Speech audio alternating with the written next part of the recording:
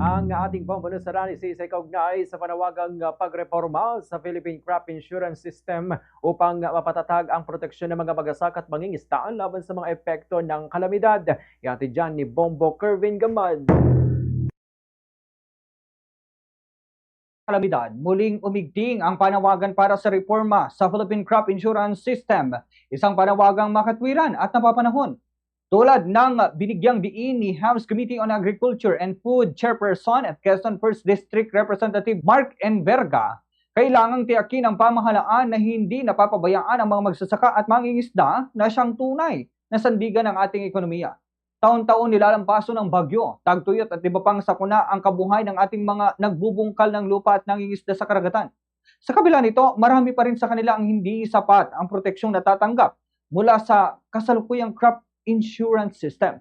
Kung hindi mabibigyan ng agarang solusyon ang kakulangan ng tulong at seguridad, posibleng mawalan ng gana ang mga nasa sektor ng agrikultura, isang panganib na direktang tatama sa seguridad ng pagkain ng bansa.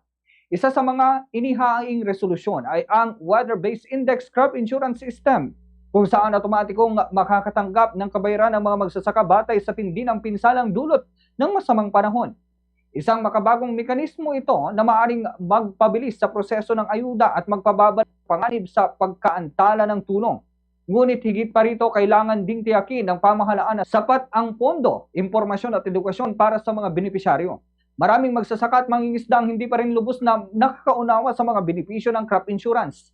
Dapat silang mabigyan ng malinaw na kaalaman kung paano ito makakatulong sa kanilang kabuhayan.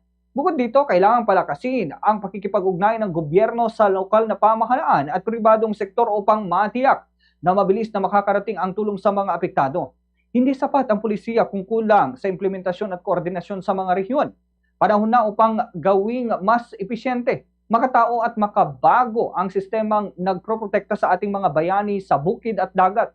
Ang reformang ito ay hindi lamang tungkol sa insurance. Ito ay tungkol sa katarungan, katatagan at kinabukasan ng agrikultura sa Pilipinas. Sa huli, dapat tandaan ng pamahalaan at sambayanan na kung hindi aalagaan ang nagtatanim at nangingisda, sino pa ang magtitiyak na may pagkain sa ating hapag?